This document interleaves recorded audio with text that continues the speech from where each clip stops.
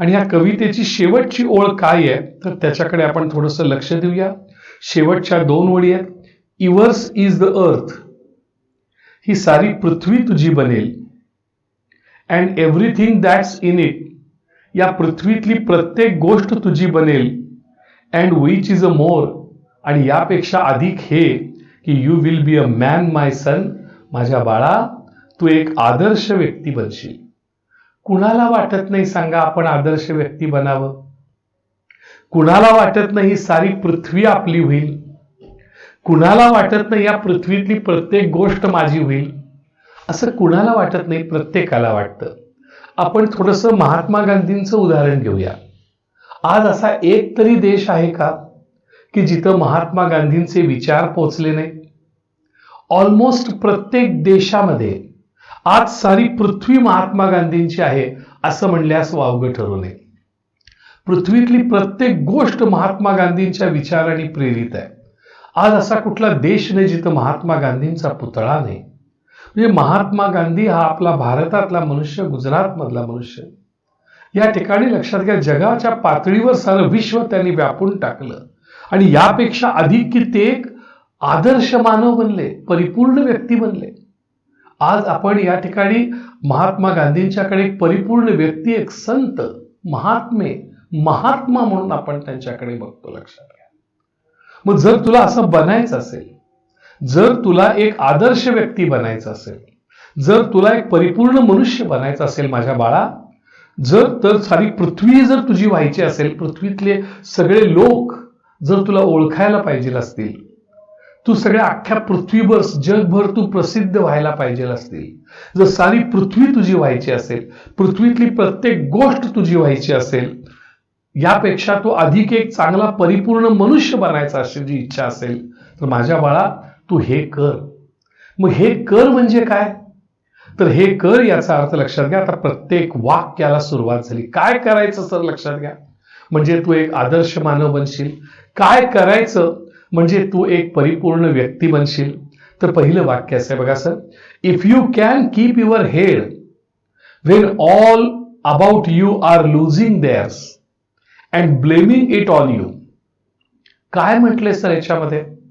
याच्यामध्ये असं म्हणले की जर तू तुझं डोकं शांत ठेवू शकलास, टू कीप वन्स हेड ही फ्रेज आहे. टू कीप वन्स हेड म्हणजे डोकं शांत ठेवणे. जर का तू तुझं डोकं शांत ठेवू शकलास, when all about you are losing theirs, जेव्हा तुझ्या सभोवतालचे सर्व लोक हे रागावलेले असतील. टू लूज वन्स हेड म्हणजे रागावणे. And blaming it on you, आणि तुम्हाला दोष देत असतील. बघा बरं मुलांनो, तुम्हाला तुमचे आई वडील दोष देतात की नाही? अभ्यास करत नाहीस, लक्ष देत नाहीस, बरं सारखं मोबाईल बघत बसते, बरं असं म्हणतात की नाही तुम्हाला? आणि मग तुम्हाला दोष देतात. मग ज्या वेळेला लक्षात घ्या त्यावेळेला तुम्हाला तुमचे आई वडील दोष देत असतील, त्यावेळेला तुमच्या रागावलेले असतील, त्यावेळेला तुम्ही तुमचं डोकं काय करायला पाहिजे सांगा? शांत ठेवायला पाहिजे. हे अत्यंत महत्वाचं आहे. का मोबाईलमध्ये बघत बसायचं नाही? पप्पा म्हणतात की किती बघायचं ते मोबाईल, थांब जरा, लक्ष दे, मी तुला काय सांगतोय ऐक जरा. बरोबर आहे ना? तुम्हाला दोष देतात. बरोबर आहे ना? जेवताना पण टीव्ही बघायला लागलायस, नको बघूस, काही सवय चांगली नव्हे तुझी ही, असं म्हणतात की नाही? आपल्याला दोष देतात की नाही? मग जेव्हा लक्षात घ्या तुमच्या सभोवतालचे लोक, तुमची आई, तुमचे वडील, तुमची आजी, तुमचे आजोबा, तुमची मोठी बहीण तुम्हाला दोष देत असते, तुमच्या रागवत असतात, हे करू नकोस, असे कपडे घालू नकोस, तसं करू नकोस, तुम्हाला दोष देत असतात, तुम्हाला रागवत असतात, तेव्हा तुम्ही रागवायचं नाही. हे कर काय, तुला काय कळतंय असं म्हणायचं नाही. तुम्ही तुमचं डोकं काय करायचं सांगा सर? शांत ठेवायचं. म्हणजे त्यांनी वडील काय म्हणतात? बाळा, पोराला म्हणतात, बाळा जेव्हा सगळ्या तुझ्या सभोवतालचे लोक तुला दोष देत असतील, तुझ्यावर रागावलेले असतील, तेव्हा जर का तू तुझं डोकं शांत ठेवू शकलास तर काय होईल? तर शेवटची ओळ, तर इव्हर्स इज द अर्थ, तर ही सारी पृथ्वी तुझी बनेल. And everything that's in it, आणि या पृथ्वीतली प्रत्येक गोष्ट तुझी बनेल. And which will be more, आणि यापेक्षा अधिक हे की you will be a man my son, माझ्या पोरा तू एक आदर्श मानव बनशील, माझ्या पोरा तू एक परिपूर्ण व्यक्ती बनशील. बरोबर आहे. मग आता याच्या पुढे आपण काय शिकलो सांगा या कवितेमधून? जर आपल्याला आदर्श व्यक्ती बनायचं असेल, जर आपल्याला चांगली व्यक्ती बनायची असेल, जर आपल्याला परिपूर्ण माणूस बनायचा असेल, तर काय करायला पाहिजे? जेव्हा आपल्याला लोक दोष देतात, जेव्हा आपल्यावर लोक रागावलेले असतात, तेव्हा आपण काय करायचं सांगा? डोकं शांत ठेवायचं. का आपण त्यांच्यावर रागवायचं नाही, आपण मोठा आवाज करायचा नाही, आपण आपलं डोकं काय करायचं? शांत ठेवायचं. पुढे बघा बरं sir, if you can trust your self when all men doubt you, जेव्हा सगळी माणसं तुमच्यावर संशय घेतात, जेव्हा सगळी माणसं तुमच्यावर संशय घेतात, तेव्हा तुमचा स्वतःवर विश्वास पाहिजे. लक्षात घ्या, जेव्हा सगळी माणसं तुमच्यावर संशय घेतात, तेव्हा लक्षात घ्या तुमचा स्वतःवर विश्वास पाहिजे. But make allowance for their doubting too, पण त्यांच्या लक्षात घ्या संशयाचाही तुम्ही विचार करायला पाहिजे. टू मेक अलाउन्स फॉर म्हणजे to take into consideration, to take their doubting into consideration, त्यांचा संशयाचा देखील तुम्ही विचार केला पाहिजे. का लोक आपल्यावर संशय घ्यायला लागले? बरोबर आहे, लक्षात घ्या. म्हणजे जेव्हा तुम्हाला सगळी माणसं तुमच्यावर संशय घेत असतात, त्यावेळेला लक्षात घ्या तुम्ही स्वतःवर विश्वास ठेवला पाहिजे. To believe on your self, तुम्ही स्वतःवर विश्वास ठेवला पाहिजे. And make allowance for their doubting too, आणि त्यांच्या संशयाचा देखील तुम्ही या ठिकाणी लक्षात घ्या विचार केला पाहिजे. मुलांनो, खूप महत्वाचं आहे, पण हे पटणार नाही तुम्हाला. मी जे बोलतोय ते की लोक जेव्हा तुमच्यावर संशय घेतील, तेव्हा तुम्ही स्वतःवर विश्वास ठेवला पाहिजे आणि त्यांच्या संशयाचा सुद्धा विचार केला पाहिजे. एक छोटीशी स्टोरी सांगतो माझ्या जीवनामधली. तर मुलांना लक्षात घ्या, मी सर्वसाधारणपणे जसं पोलीसमध्ये SP असतो बघा, सुप्रिंटेंडंट ऑफ पोलीस, जिल्ह्याचा प्रमुख असतो, तसा मी होमगार्डचा प्रमुख होतो. आणि जिल्ह्याचा ज्यावेळेला अशोक कामटे, जे शहीद अशोक कामटे आहेत, मुंबईच्या त्या या ठिकाणी घटनेमध्ये शहीद झालेले जे अशोक कामटे आहेत, ते आमच्या सांगली जिल्ह्याचे SP होते. त्यावेळेला मी होमगार्डचा प्रमुख होतो. लक्षात घ्या. आणि त्यावेळेला मला 1 दिवसाची जेल झाली होती. मला 1 दिवसाची लक्षात घ्या जेल झाली होती. मला का जेल झाली होती माहित आहे? तर मी 150 रुपयाचा अपहार केला. किती रुपयाचा अपहार केला? 150 रुपयाचा अपहार केला. लक्षात घ्या, अशी माझ्यावरती केस होती. लक्षात घ्या. आणि पेपरला बातमी आली, मला अटक झाली. लक्षात घ्या. हे कसं झालं? तर या ठिकाणी मी होमगार्ड कमांडंट होतो आणि ॲडिशनल पोलीस SPनी मला बोलावलं, वाघमारे साहेब म्हणून होते, आणि त्यांनी मला बोलावलं आणि त्यांनी सांगितलं, फडके, मी तुला चार्ज द्यायचा आहे माझा, तुला माझ्याकडे असलेला, आणि तू ये. मी म्हटलं, त्यावेळेला मी आमच्या धुळबुळ सरांच्या घरी बसलो होतो. त्यावेळेला मला त्यांचा फोन आला अंदाजे दुपारी 2 वाजता. आणि मग त्यांनी मला सांगितलं की फडके, मला तुला चार्ज द्यायचा आहे आणि तू ये. मी म्हटलं, सर मी ड्रेस करून थोडं दाढी करून येतो. ते म्हटलं, नाही म्हणले, ड्रेसची काय आवश्यकता नाही, ये म्हणले, कागदोपत्रीच आहे. मी म्हटलं, ठीक आहे सर म्हटलं. मग मी तसंच गेलो, साध्या ड्रेसवर गेलो आणि 2:45च्या सुमारास पोचलो. मला तिथे त्यांनी बसवून ठेवलं. मग लक्षात घ्या, मला खायला प्यायला दिलं. बरं, लक्षात घ्या, मला या ठिकाणी नाश्ता दिला, चहा दिला. आणि संध्याकाळी 5-5:30 त्यांनी सांगितले, घरफोडीची केस चालू आहे साहेबांच्या समोर, आपल्याला जरा बसायला सांगितलंय. मी म्हटलं, ठीक आहे. आणि मग 5-5:30, 5:45ला मला एक इन्स्पेक्टर आले आणि ते म्हणाले, फडके सर म्हणले, अजून जरा साहेबांना वेळ लागणार आहे, मी विश्रामबाग पोलीस स्टेशनचा प्रमुख आहे आणि आपण तिथे जाऊन थोडंसं गप्पा मारूया. म्हटलं, सर ठीक आहे, म्हटलं काय प्रॉब्लेम नाही, माझा वेळ जावा, मला बोर होऊ नये म्हणून म्हणत असावे. मी तिथं गेलो. तिथं गेल्यानंतर विश्रामबाग पोलीस स्टेशन, मला त्यांनी चहा पण दिला. आम्ही गप्पा थोडी इकडे तिकडे मारले आणि त्यांनी सांगितलं की फडके सर, मी तुम्हाला अरेस्ट केली, अटक केली. म्हटलं, काय म्हणलात सर? ते म्हणले की मी तुम्हाला अटक केली. म्हटलं, काय चार्ज आहे माझ्यावर? त्यांनी, मी 150 रुपयाचा अपहार केलाय. म्हणली, कसली घटना आहे? म्हटलं, कसला 150 रुपयाचा अपहार? नाही म्हटले, तुम्ही होमगार्ड कमांडंट असताना तुम्ही लक्षात घ्या एक रक्तदान शिबिर आयोजित केलेलं होतं 2 वर्षापूर्वी, आणि त्यावेळेला जे काही 150 रुपये तुम्हाला सिव्हिल हॉस्पिटल ब्लड बँकेने दिलेले होते, त्याचा तुम्ही अपहार केलेला आहे, अशा प्रकारची ती केस आहे. मी म्हटलं, सर त्याच्या संबंधाची सगळी कागदपत्र आहेत ऑफिसमध्ये, मी 150 रुपये ते काही घेतलेले नाही आहेत, उलट त्या 150 रुपयाचा सगळ्यांना नाश्ता चहा दिलेला आहे, किंवा 300-350 रुपयाचा दिलेला आहे, सगळी कागदपत्र वगैरे उपलब्ध आहेत, आपण चला मी कागदपत्र देतो. त्याला ते म्हणले नाही, म्हणले तुम्हाला काय दाखवायचं असेल ते तुम्ही कोर्टात दाखवा, तुम्हाला आता आम्ही अटक केलेली आहे आणि तुम्हाला आम्ही म्हणले सिव्हिल हॉस्पिटलला नेतो, तुमची आरोग्य तपासणी होऊन तुम्हाला पोलीस कस्टडीमध्ये नेलं जाईल. मी लक्षात घ्या, मी म्हटलं can I speak to my lawyer, माझ्या वकिलांशी मी बोलू शकतो का, लक्षात घ्या. आणि ते म्हणले की बोला म्हणले. मग त्याला मी माझ्या एका मित्रांना बोललो आणि सांगितलं वकिलांशी जाऊन असं असं झालं, एवढी कल्पना द्या. तर हे सगळं झाल्यानंतर म्हणून मला नेलं, मला पोलीस कस्टडीमध्ये टाकलं, सगळे माझ्याकडे पुरावे होते, बरोबर आहे ना. आणि मग मी म्हटलं आता काय आहे, म्हणजे दुसऱ्या दिवशी पेपरला बातम्या आल्या सगळ्या पेपरमध्ये की फडके यांनी 150 रुपयाचा अपहार केला. मला खूप वाईट वाटलं, लक्षात घ्या. म्हणजे लाखो रुपये मी मिळवतो सर, आणि 150 रुपयाची बाबती ही मी रक्तदान शिबिरामध्ये त्याच्या 150 रुपयाचा मी अपहार करेन, हे अत्यंत म्हणजे एक निंदनी. मला खूप वाईट वाटलं. मला असंही वाटलं की आपली खूप बदनामी झाली, लक्षात घ्या. आणि आपण या ठिकाणी लक्षात घ्या की जगायला लायक नाही. पण सगळे पुरावे माझ्याकडे होते, मला काही करता येत नव्हतं, कारण ते कोर्टात दाखवायचे होते, लक्षात घ्या. मग दुसऱ्या दिवशी मला लक्षात घ्या कोर्टात या ठिकाणी नेलं. कोर्टात नेल्यानंतर लक्षात घ्या या ठिकाणी मला जामिनीसाठी अर्ज करायचा होता, पण आधी त्यांनी चार्ज ठेवायचा असतो. त्यांनी सांगितलं कोर्टाने की अजून त्यांना एक 8 दिवसाची पोलीस कोठडी द्या. मला 8 दिवसाची पोलीस कोठडी दिली. मला खूप राग आला. मी म्हटलं काय करायला लागलं 8 दिवसाची, काय 150 रुपयाचा अपहार, माझ्या कसली चौकशी करणार, मला कोणी प्रश्न विचारले नाहीत. मला पुन्हा पोलीस कोठडीमध्ये नेलं, मला कोणी प्रश्न विचारले नाहीत. मग मी इन्स्पेक्टरला म्हटलं मला प्रश्न तरी विचारा, मी पुरावे तरी देतो. आणि मग मला राग आला आणि मी जेलमध्येच पोलीस कोठडीमध्येच उपोषण सुरू केलं. आणि उपोषण सुरू केल्यानंतर पेपरलाही बातमी आली, माझ्या बायकोनीही मिरज मार्केटमध्ये उपोषण केलं, लक्षात घ्या. मग अशोक कामटेंनी लक्षात घ्या त्याच्यामध्ये हस्तक्षेप केला आणि त्यांनी सांगितलं की त्याची चौकशी झालेली आहे आणि पोलीस कोठडी रद्द करण्याच्या विषयीची कोर्टामध्ये तुम्ही दाखल करा.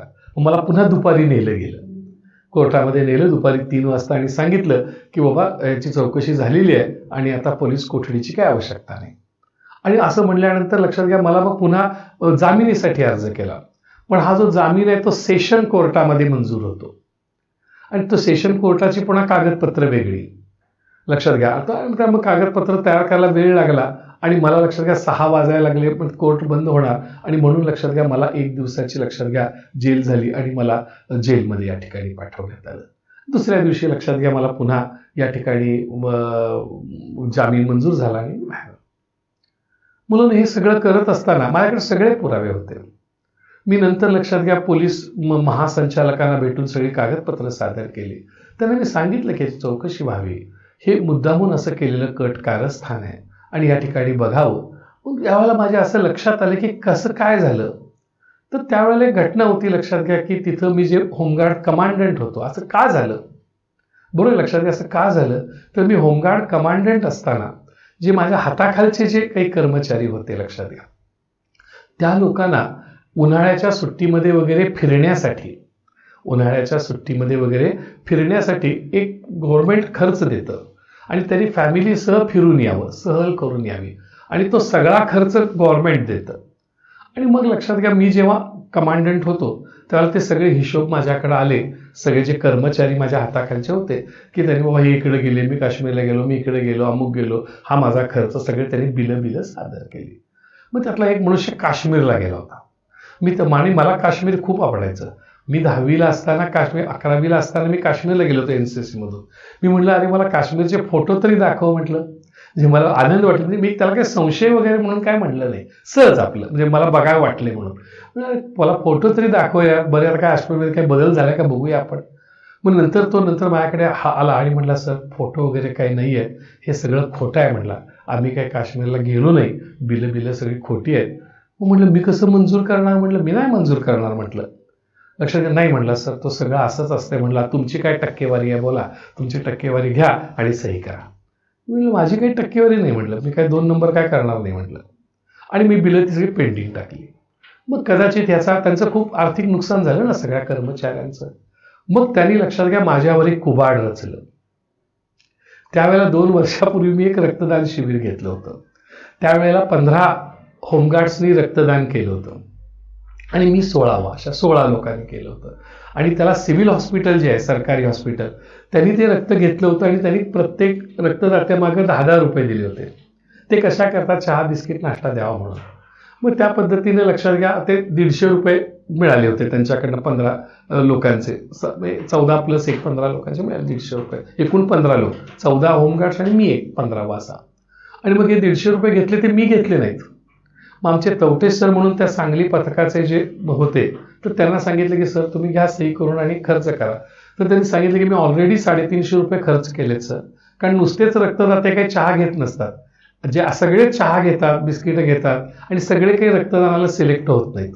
भरपूर लोकांनी चहा बिस्किटं नाश्ता घेतलेला होता आणि लक्षात घ्या 15 जण सिलेक्ट झाले होते माझ्यासह. आणि त्यांनी सांगितले की 300-350 रुपये मी नाश्त्याला ऑलरेडी खर्च केलाय सर. ठीक आहे म्हणले, 150 रुपये मग त्यातले तू घे, म्हणजे 350 मध्ये 150 तुझे 200 तू खर्च केलास, त्याबद्दल मी तुझं अभिनंदन करतो म्हणून मी त्याचं अभिनंदनही केलं, लक्षात घ्या. आणि सगळ्यांना माहिती होतं, लक्षात घ्या. मग त्याच्यावरती हे कुबाड कसं रचलं माझ्या ऑफिसच्या स्टाफने. त्यांनी केलं की 1-2 होमगार्डला विचारलं नंतर, आणि विचारलं की काय रे म्हणले, शासनाकडनं तुम्हाला प्रत्येकाला 10,000 रुपये रक्तदान केल्याबद्दल मिळाले, ते फडके सरांनी तुम्हाला दिले का? होमगार्ड म्हणले नाही दिले. लिहून द्या म्हणले. होमगार्डने लिहून दिलं की आम्हाला काय फडके सरांनी 10,000 रुपये दिले. म्हणजे ब्लड बँकेने 10 रुपये दिले होमगार्ड ऑफिसला, आणि फडके सर त्याचे प्रमुख होते. फडके सरांनी काय, लक्षात घ्या, होमगार्डला दिले नाही. म्हणजे 150 रुपयाचा अपहार झाला आणि ते 150 रुपये फडके सरांनी खाल्ले. ही केस अशी लक्षात घ्या त्यांनी केली. पण होमगार्डला ते आम्ही चहा बिस्किट दिली होती, ते 10 रुपये चहा बिस्किट देण्यासाठी होते. बरोबर. ही थोडं ह्याला अर्धसत्य सांगणं म्हणतात, अर्धसत्य सांगणं म्हणजे त्याला कट कारस्थान अशा प्रकारचं. मग ही जर तुम्ही स्टोरी लक्षात घेतली तर आता ही स्टोरी ह्या कवितेमध्ये कशी लागू होते बघा. आणखीन एक छोटंसं सांगतो. मग हे घडलं कसं, तर मला या ठिकाणी सांगितलं गेले, माझे पत्रकार मित्र होते, ते म्हणले सर ह्याची बी समरी करता येते. म्हटले सर बी समरी नावाची घटना असते, आणि ते म्हणले ही बी समरी करून ही केस काढून टाकता येते, एक 5-1 हजार रुपये खर्च येईल. मी म्हणलं सर 150 रुपयाच्या अपहारासाठी मी 5,000 रुपये खर्च करेन का? म्हटलं सर नाही खर्च करणार. म्हटलं मला काय शिक्षा होती होऊ दे. म्हटलं बघूया तरी एकदा. म्हटलं प्रामाणिकपणाची शिक्षा होतीये कशी. आणि लक्षात घ्या, असं करत तारखा पडत गेल्या, एकामागून एक तारखेमागून तारखा. 4-5 महिन्यांनी चार्जशीट दाखल केली, पुन्हा तारखा पडत गेल्या. 1 वर्ष झालं, 2 वर्ष झालं, 3 वर्ष झालं, 4 वर्ष झाली. तारखा मागून तारखा, मी आपल्या तारखेला हजर राहणार, काही नाही, लक्षात घ्या. असं करत गेलं. मग 4 वर्षानंतर या ठिकाणी एक रघुनाथ केडगे म्हणून स्वातंत्र्य सेनानी होते. एकदा सगळ्या स्वातंत्र्य सैनिकांचा मी सत्कार केल्यानंतर मग त्यांच्याशी बोलता बोलता हा विषय निघाला. मग ते म्हणाले, अरे R.R. पाटील माझे जे गृहमंत्री होते, माझा म्हणले अगदी खास मनुष्य म्हणले, त्याला मीच या ठिकाणी राजकारणामध्ये आणलं आणि त्याला सांगतो म्हणले तुझ्यासारख्या प्रामाणिक माणसाला असं त्रास होणं बरोबर नाही. आणि मग त्यांनी R.R. आबांना सांगितलं की हा प्रामाणिक मनुष्य आपण याची परत चौकशी करावी. आणि ऑलरेडी माझी त्यावेळेला चौकशी झाली होती पोलीस मुख्यालयाकडनं, अहवाल पण आला होता फडके निर्दोष आहे म्हणून, पण तो त्यांनी सादर केला नव्हता कारण ती केस कोर्टात चालू आहे म्हणून. मग जेव्हा लक्षात घ्या ते काही मग त्यावेळेला मी मागणी केली माहितीच्या अधिकाराखाली अण्णा हजारेंच्या सांगण्यावरून, त्यावेळेला मला कळलं की मी निर्दोष आहे. आणि मग ते सगळे कागदपत्र आम्ही R.R. आबांना दिल्यानंतर R.R. आबा जे गृहमंत्री होते त्यांनी लक्षात घ्या ती केस मागे घेण्याची ऑर्डर दिली आणि मग 4 वर्षांनी ती केस मागे घेतली गेली. ह्या सगळ्या स्टोरीमध्ये मला काय किती त्रास झाला असेल लक्षात घ्या.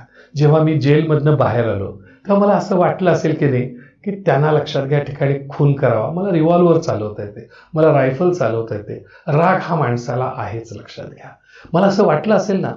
पण मुलांनो मी तुम्हाला सांगतो, ह्या कविता शिकवत असताना, अशा प्रकारचं इंग्रजी शिकवत असताना जे काही ज्ञान मला मिळालं, जीवनाचं ज्ञान जे मला मिळालं, त्यातून मी घडलो.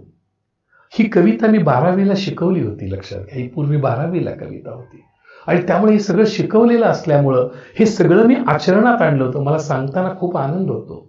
जे मुलांना मी शिकवलं ते मी आचरणात आणण्याचा प्रयत्न केला. आणि म्हणून तुम्हाला सांगताना मला आनंद होतो की सत्य उघडकीस यायला उशीर लागला, पण मला राष्ट्रपती प्रतिभाताईंनी बोलवून, लक्षात घ्या, राष्ट्रपती भवनात माझा सत्कार केला. APJ अब्दुल कलाम यांच्याशी मला शैक्षणिक शिक्षणामध्ये नीतिमत्ता कशी आणावी यावरील चर्चा सत्रामध्ये मला या ठिकाणी त्यांनी बोलवले. APJ अब्दुल कलाम किंवा अण्णा हजारे किंवा प्रतिभाताई पाटील किंवा या ठिकाणी अनेक मंत्री यांच्याबरोबर मला या ठिकाणी बसता उठता आलं, लक्षात घ्या, बोलता आलं. म्हणजे या ठिकाणी लक्षात घ्या, सत्य उघडकीस यायला वेळ लागतो, पण त्यासाठी तुम्हाला वाट पाहावी लागते, लक्षात घ्या. आता ही स्टोरी तुम्ही समोर ठेवा जी माझ्या जीवनामधली आहे, आणि ही कविता पुन्हा ऐका, पहा तुम्हाला कशी वाटते, तुम्हाला आता समजणं किती सोयीस्कर जाईल. बघा आपण जरा पहिली लाईन बघूया आता. If you can keep your head when all about you are losing theirs and blaming it on you. जेव्हा तुमच्या सभोवतालचे सगळे लोक तुम्हाला दोष देत असतील, मला माझ्या सगळ्या सभोवतालचे लोक दोष देत होते की नाही, आला फडकेनं पैसे खाल्ले बरं का, उगाच काय गाडी बंगला होते होय तेव्हा, आता 150 रुपये उघडकीस आले, लाखो रुपये खाल्ले असतील त्याशिवाय होते काय तेव्हा, असं लोक म्हणणार ना, लोक दोष देणार ना, बरोबर. जे त्यांच्या समोर अर्धसत्य मांडलं असेल तर लोक दोष देणार. मग जेव्हा तुमच्या सभोवतालचे सगळे लोक तुम्हाला दोष देत असतील, जेव्हा ते तुमच्यावर रागावलेले असतील, जेव्हा ते तुमच्याशी बोलणार नाही, तेव्हा तुम्ही तुमचं डोकं शांत ठेवलं पाहिजे. लक्षात घ्या, डोकं भडकून स्वतःला गोळी मारून घ्यायची नाही, रागानं स्वतःला गोळी मारून आत्महत्या करायची नाही, किंवा दुसऱ्याला गोळी घालून जेलमध्ये जायचं नाही. तुम्ही तुमचं डोकं काय करायला पाहिजे सांगा, शांत ठेवलं पाहिजे. मला राग आला असेल ना सर, मला पोलीस कोठडीमध्ये ठेवलं, मला जेलमध्ये ठेवलं, ज्या लोकांनी एक कट कारस्थान केलं त्यांना मी सोडणार नाही, हा राग मला आला असेल ना सर, त्यांना मी गोळी घालून ठार करू शकलो असतो ना, का मी स्वतः आत्महत्या करू शकलो असतो ना. एक राग, प्रचंड राग, लक्षात घ्या, पण राग आणि भीक माग म्हणतात सर, लक्षात घ्या. आणि म्हणून ज्या वेळेला लोक सगळे तुम्हाला दोष देत असतील, जेव्हा तुमच्या सभोवतालचे सगळे लोक रागावलेले असतील, तेव्हा तुम्ही काय केलं पाहिजे, डोकं शांत ठेवलं पाहिजे. आणि मी डोकं शांत ठेवल्यामुळंच नंतर मला प्रतिभाताईंनी बोलवलं ना, नंतर मला APJ अब्दुल कलामच्या बरोबर बोलता आलं ना, बरोबर. लक्षात घ्या, हे सगळं घडत गेलं, बरोबर सर. सगळीकडे या ठिकाणी लक्षात घ्या, सगळ्या लोकांनी माझं या ठिकाणी कौतुक केलं, अनेक पुरस्कार मला मिळाले, शासनाचे मिळाले, लक्षात घ्या, राज्यस्तरीय मिळाले, राष्ट्रीय मिळाले. तुम्हाला माहित आहे का मुलांनो, जी आंतरराष्ट्रीय पुरस्कार मला मिळाले, मला मुलांनो या ठिकाणी मला सांगताना खूप आनंद होतो की ही घटना झाल्यानंतर 5 वर्षांनी मला श्रीलंकेच्या the open international university of Sri Lanka Colombo ह्याची मला ऑनररी PhD मिळाली. मुलांनो, ऑनररी PhD याचा अर्थ मी कुठलाही या ठिकाणी प्रबंध सादर न करता मी जे काही सामाजिक काम केलं, मी जे काही भूकंपग्रस्तांसाठी काम केलं, मी जे काही पूरग्रस्तांसाठी काम केलं, जे काही मी एड्सग्रस्तांच्यासाठी काम केलं, जे काही मी रक्तदानाच्या क्षेत्रामध्ये काम केलं, जे काही मी अंधश्रद्धा निर्मूलनाच्या क्षेत्रामध्ये काम केलं, जे सामाजिक क्षेत्रामध्ये जे काही मी काम केलं, त्या कामाबद्दल मला the open international university of Colombo श्रीलंकेने मला ऑनररी PhD दिली 20 वर्षाच्या सेवा कार्याबद्दल. पण मुलांना समजा मी स्वतःला गोळी घालून घेतली असती तर मिळाली असती मला ही PhD. समजा मी लक्षात घ्या या ठिकाणी कुणाला ते खून केला असता, मी नंतर साल्याने माझ्यावर कट कारस्थान रचलं, काय बघतोच म्हणून त्यांचा खून केला असता आणि मी जेलमध्ये गेलो असतो, तर माझा हा मान सन्मान मला मिळाला असता. सारी पृथ्वी, साऱ्या जगभरामध्ये माझी वाहवा झाली मुलांनो. मग सारी पृथ्वी तुझी होईल, पृथ्वीतली प्रत्येक गोष्ट तुझी होईल. केव्हा सांगा सर, केव्हा, जेव्हा when all about you are losing theirs and blaming it on you.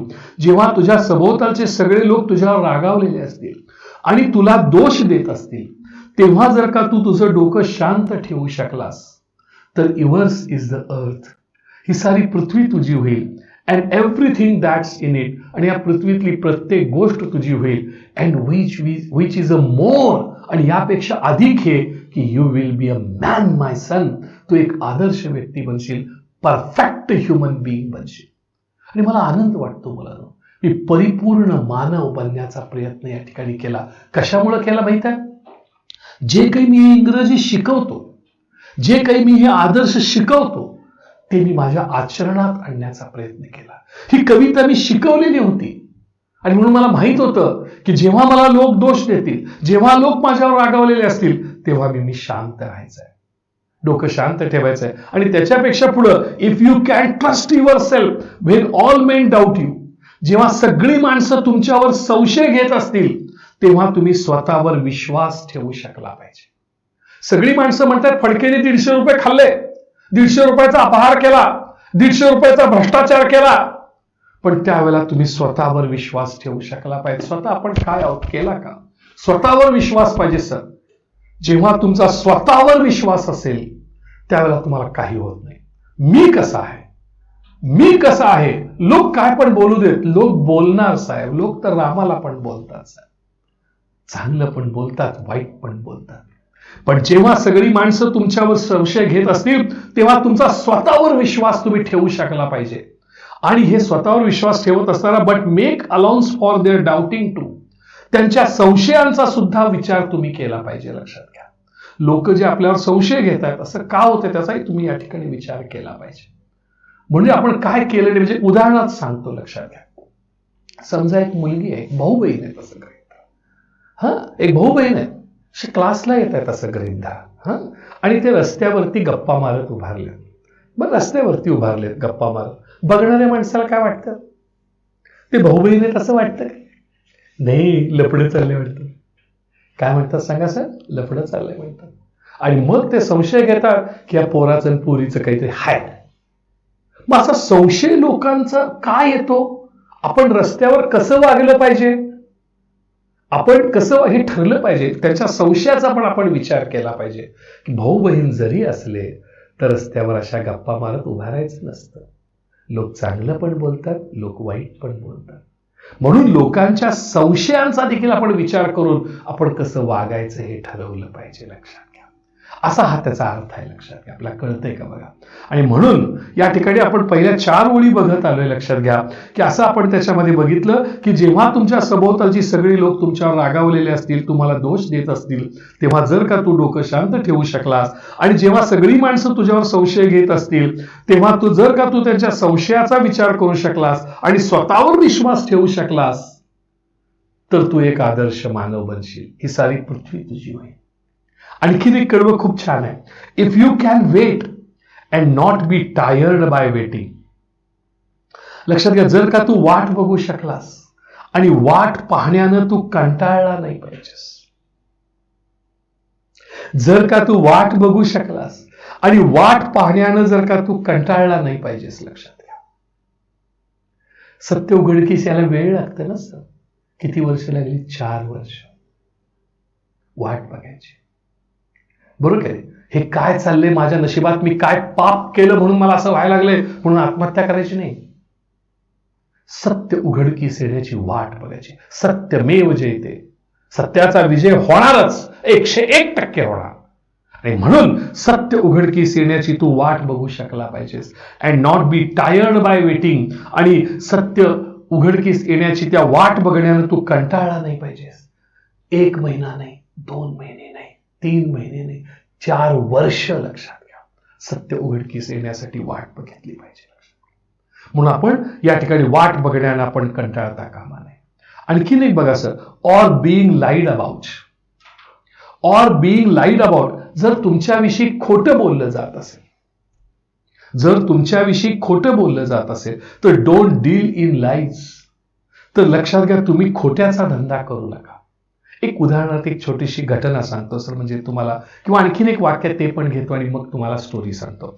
Or being lied about, जर तुमच्याविषयी खोटं बोललं जात असेल, फॉल्स थिंग्स सांगितल्या जात असतील तर डोंट डील इन लाईज. तर तुम्ही खोट्याचा धंदा करू नका, खोट्याला खोट्यानं उत्तर देऊ नका. ऑर बीइंग हेटेड, जर का तुमचा तिरस्कार केला जात असेल तर don't give way to hating. तर तुम्ही तिरस्काराला मार्ग निर्माण करून देऊ नका किंवा त्या आगीत तेल ओतू नका, आणखीन तिरस्कार वाढवू नका. जर तुमचा तिरस्कार केला जात असेल तर एक छोटस उदाहरण सांगतो, खूप छान. म्हणून मी जो क्लास घेतो त्या क्लासच्या बाहेर एक असा ब्लॅकबोर्ड आहे आणि त्या ब्लॅकबोर्डवर आम्ही दररोज लिहित असतो की मुलांनी सायकली व्यवस्थित लावाव्यात, किंवा उद्याला बॅच ही आहे, उद्याला हा भाग शिकवला जाणार आहे, उद्याला हा क्लास या वाजता आहे. अशा काही महत्वाच्या सूचना क्लासच्या बाहेर असणाऱ्या ब्लॅकबोर्डवर लिहिल्या असतात, ज्या पालकांच्यासाठी आणि मुलांच्यासाठी खूप महत्वाच्या असतात. आणि मी त्या खडून लिहितो, लक्षात घ्या. दररोज चेंज असतात किंवा बदल असतो किंवा 8 दिवसांनी आम्ही बदलतो. मग लक्षात घ्या, काही कारणानं काही माझे शेजारी म्हणा काही दुखावले गेले, काही मला माहित नाही कशा शेजारी काही झालं असेल, लक्षात घ्या. किंवा काही वेळेला होतं की काही वेळेला आपल्या उत्कर्ष देखील पाहवला जात नाही, बरोबर, लक्षात घ्या. किंवा आपलं कदाचित थोडंसं भडक वागणं असेल म्हणा, किंवा पेपरामध्ये येणारे वारंवार फोटो असतील म्हणा, आपलं समाजाने केलेलं कौतुक असेल म्हणा, नाही लोकांना आवडत. मग अशा वेळेला काय झालं की या ठिकाणी काही किंवा माझी काही चूक झाली असेल म्हणा माझ्या शेजाऱ्यांच्या बाबतीत, का आणखीन काही, तर ते जे माझ्या शेजारचे व्यक्ती होते, लक्षात घ्या, त्यांनी काय केलं की त्यांनी ते काय करायचे, तिथं त्याच्यावर त्या बोर्डवर लफडे सर म्हणायचे.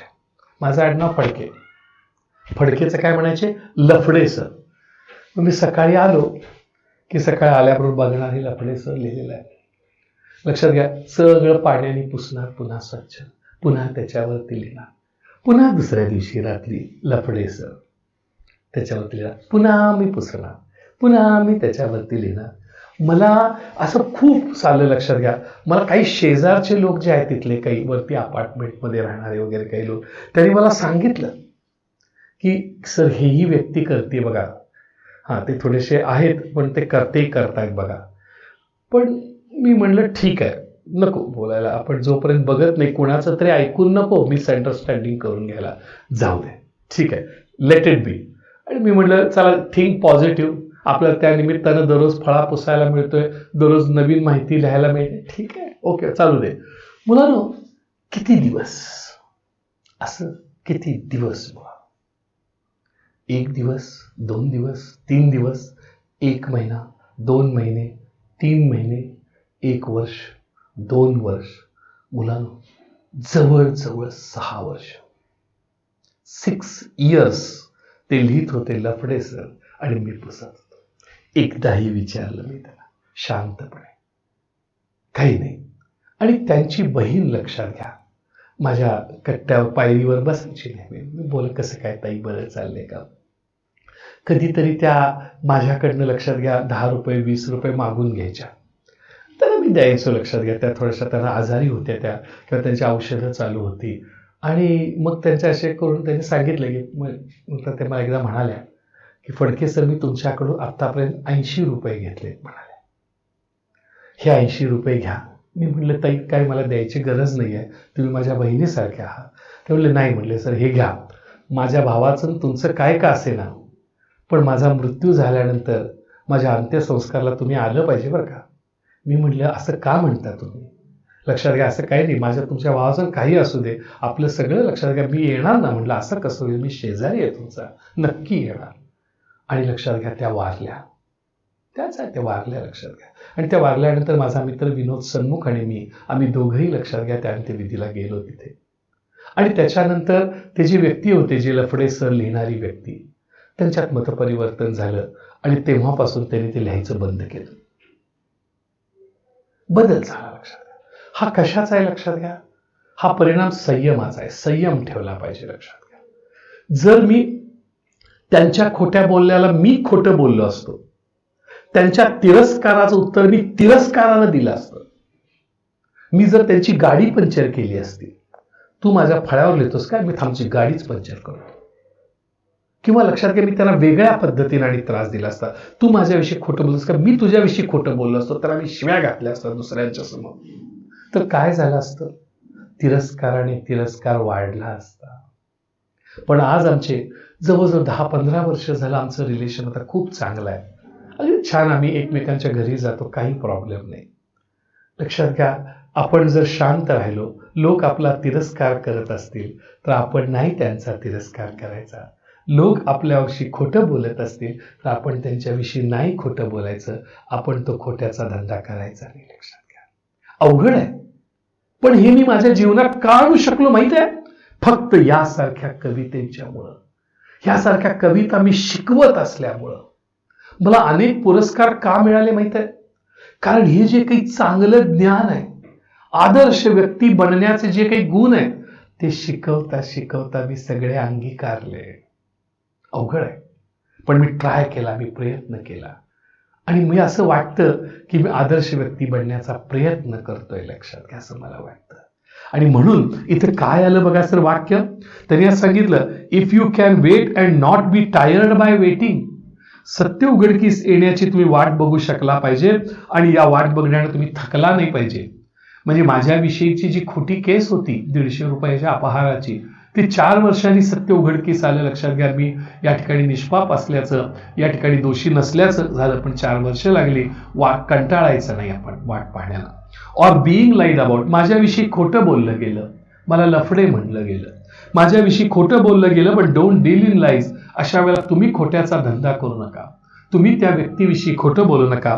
ऑर बिईंग हेटेड, किंवा जर का तुमचा तिरस्कार केला जात असेल तर don't give way to hating, तुम्ही तिरस्काराला मार्ग निर्माण करून देऊ नका. त्या तिरस्कारामध्ये अजून तेल ओतून आणखीन तिरस्कार वाढवू नका.